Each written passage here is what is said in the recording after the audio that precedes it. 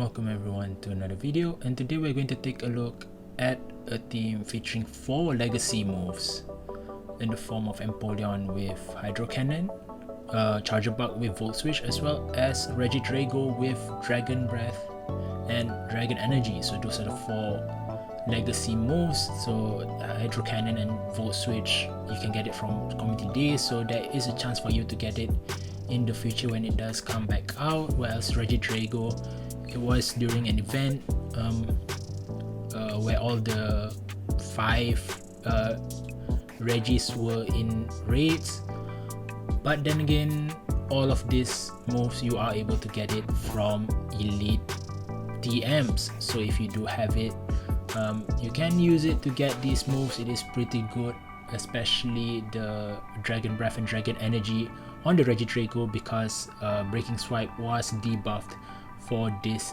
season in my opinion. So you really need that Dragon Energy for that stab dragon charge move with that Hyper Beam for coverage. So yeah, with Charjabug and Empoleon is the standard move set as always. And with that, let us get into the video. And before that, if you do like this video, please leave a like and comment and subscribe. It really means a lot.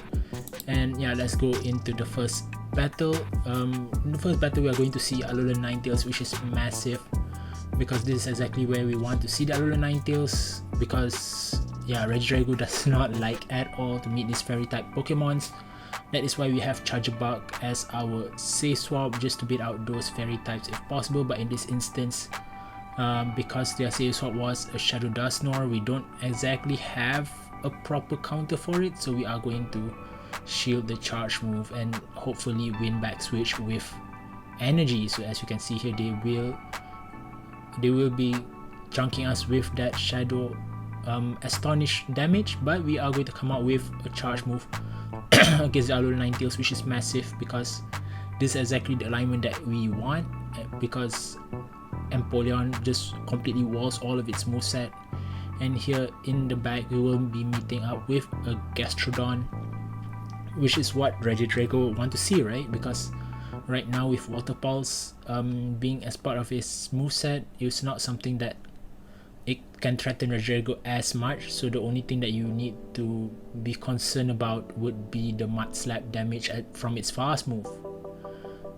As you can see, we are going to get to a Dragon Energy and we are going to throw it after taking out their last shield, and we are going to almost take it out, and we are going to come back in with the Empoleon, but we swapped at the same time, which is fine, because now we are able to Hydro Cannon their Alolan Ninetales and Metal Sound their Gastrodon down. So going into the second battle, we are going to be met with Altaria, which is another one which is very good for us in the lead. We don't mind it as during a safe swap as well, because Charjabug will be able to chunk it as well and soft lose it. But in this instance, if we are shielding once, we are able to get the 3 drill packs before they get the 2 flamethrowers. So we are going to be able to get them real low before they take us out. So yeah, we are going to be able to get to the drill pack, come out here hopefully with energy. If not, we are going to be very low, which is fine by us. But here they are going to come in with a Ferrothorn. So we are going to be able to have a really good time again with our Charjabug, because Charjabug does wall all its moveset, and the last Pokemon they have is a Tentacruel. So Tentacruel, we are going to try to take it out with the Regidrago, because we are going to save the Charjabug for the Ferrothorn. And as you can see here, they do have 2 shields left. We are going to try to come back with the Charjabug here. We are going to let our Regidrago come down, which is very risky, because we do see that they have the acid spray, but here they elected to let it go, and now our Regidrago was able to get another Dragon Energy out, which is insane. A Dragon Energy versus a resisted Steel type can take about 25-30%, which is very good. And here, since their energy is completely walled by us, we are going to be able to throw out this Axeezer like there is no tomorrow, and we are able to get to another 2 more to win the game. So yeah, so far so good.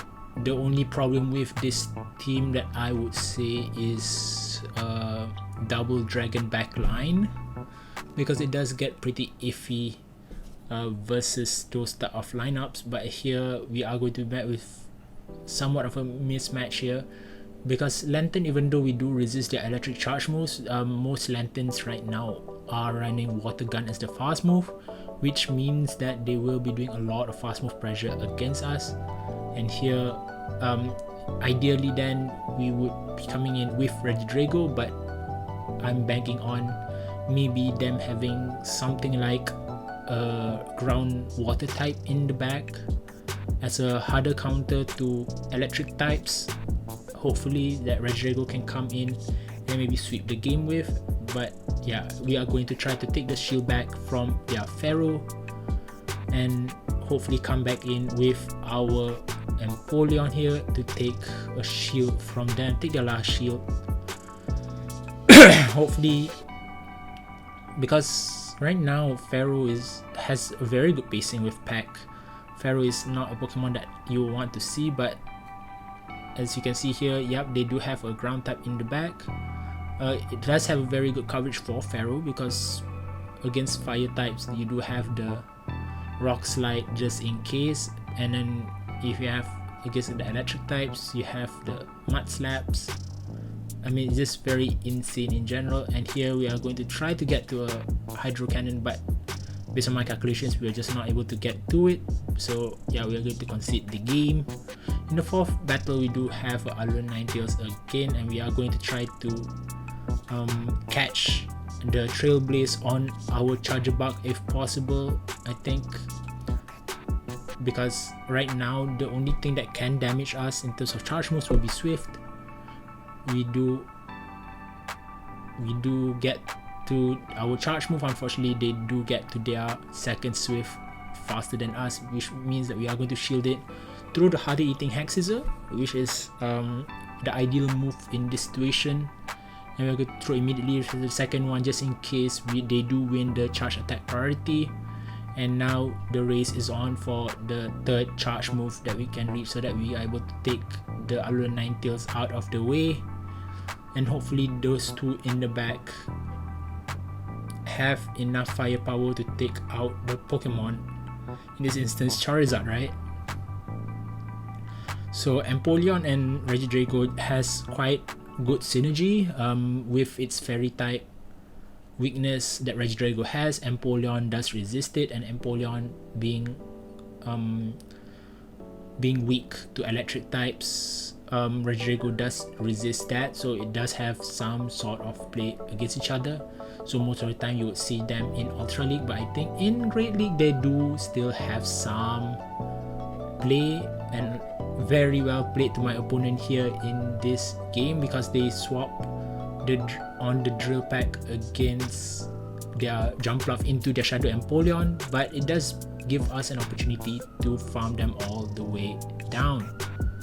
So here we are going to wait for the timer to come back out, and they do throw the second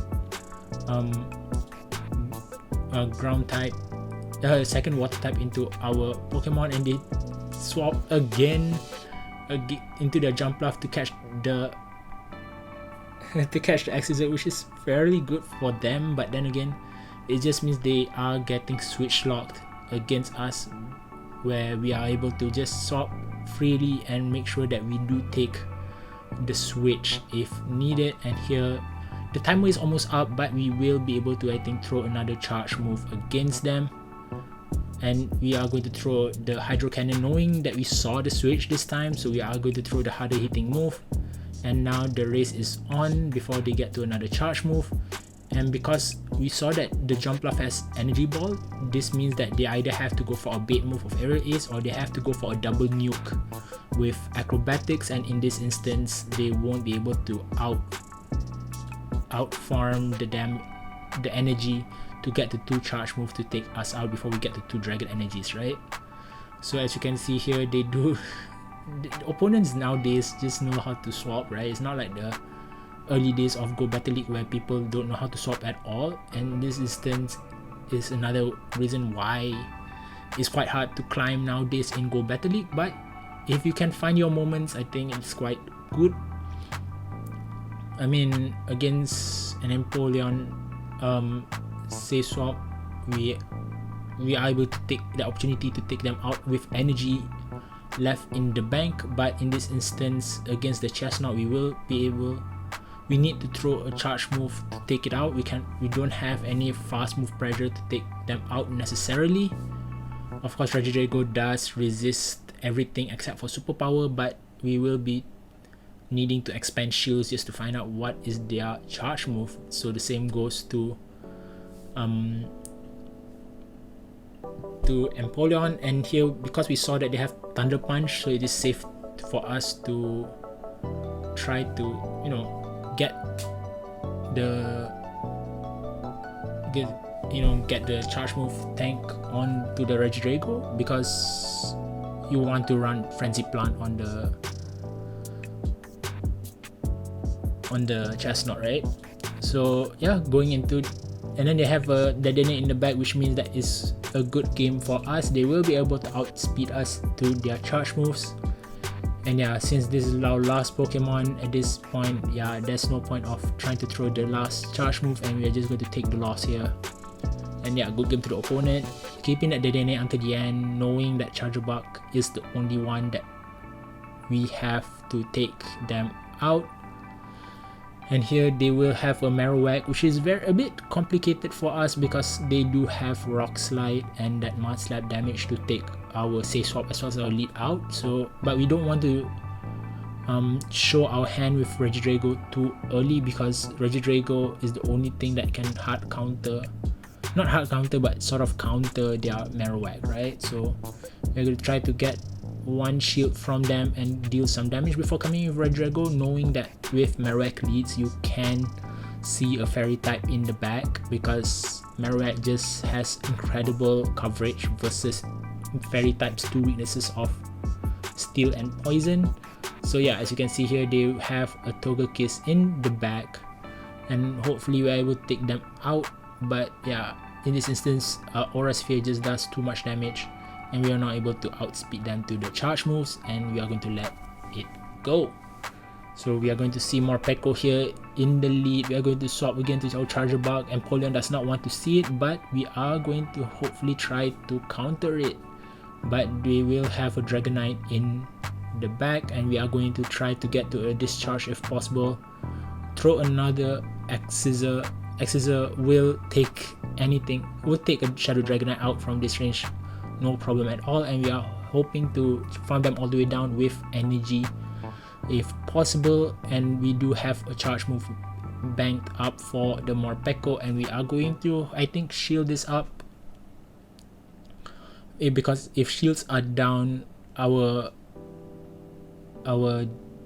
Charjabug is able to take the Morpeko out, because now we are going to outpace them. And here they swap immediately into their Dugong, which means that we are going to be on the safe side here, because our Charjabug has a move banked, and we are going to let our Empoleon go down. But I think at this point Empoleon will be able to bring them relatively low, maybe into the red as well, before being taken out, which means that we can also elect to come in with the Regidrago to farm up energy for a Dragon Energy charge move, right? But in this instance, the opponent knows the writing is on the wall and have elected to let it go.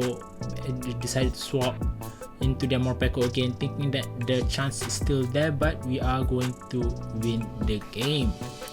So going to the last battle here, we are going to see Empoleon versus a Bastiodon. This is the place where we want to see Bastiodon, and with Bastiodon usually you see something that can resist fighting type moves, and in this instance is a Shadow Gligar. So Shadow Gligar, we are going to try to stay in for a while and take some shields back, but this means that our Switch Armor will be massively misaligned, and we are going to take both shields away from them here, and we are going to go in with the Charjabug. But at this point I think the opponent can come back in with their Bastiodon, but it's fine because now we are able to throw some neutral damage and they are switch locked. So yeah, one flamethrower will not be able to do enough damage to take out the Empoleon, but two will be able to do just enough. But here we are going to dish out some discharge damage, just try to get the switch timer back on our side and switch into our Empoleon to hopefully take them out here with a Hydro Cannon.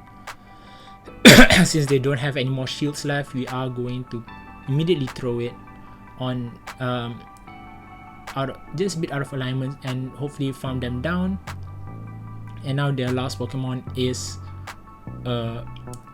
Superior, but we don't care if they catch this because our Regidrago will completely wall this Superior, knowing that most of them right now are running Leaf Tornado as well as Frenzy Plant, which means that they do not have anything that can take out the Regidrago.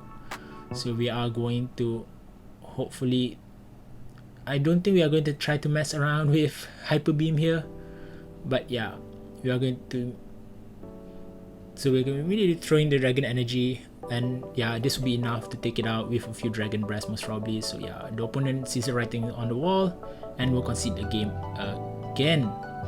So yeah, the final word is Empoleon and Regidrago is a very good call, depending on what you have and depending on your playstyle. The save swap is quite flexible, but I just feel like Charjabug has the coverage needed to even do some neutral damage against its weaknesses. So yeah, that is why I use Charjabug. So that is the end of the video. Let me know what you think. As always, I'll see you in the next one.